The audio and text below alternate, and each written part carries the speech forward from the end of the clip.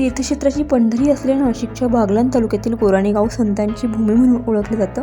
या संतांच्या भूमीमध्ये 18 ऑगस्ट 2026 ते 25 ऑगस्ट 2026 या 8 दिवसांच्या कालावधीत ज्ञानेश्वरी ग्रंथराज पारायण सोहळ्याचं आयोजन करण्यात आले.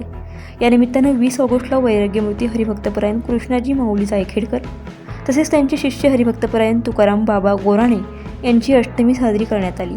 यावेळी संपूर्ण गोराणे गावातून ज्ञानेश्वरी ग्रंथराज पारायण सोहळ्याची मिरवणूक काढत भजन आणि कीर्तन गायन करण्यात आलं.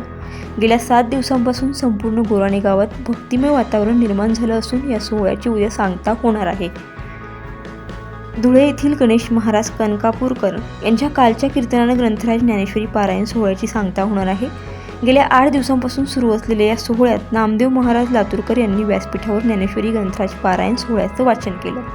उद्या होणाऱ्या काल्याच्या कीर्तनात सर्व भाविकांनी मोठ्या संख्येने उपस्थित राहून महाप्रसादाचा लाभ घ्यावा असं आवाहनही आयोजकांच्या वतीने करण्यात आले.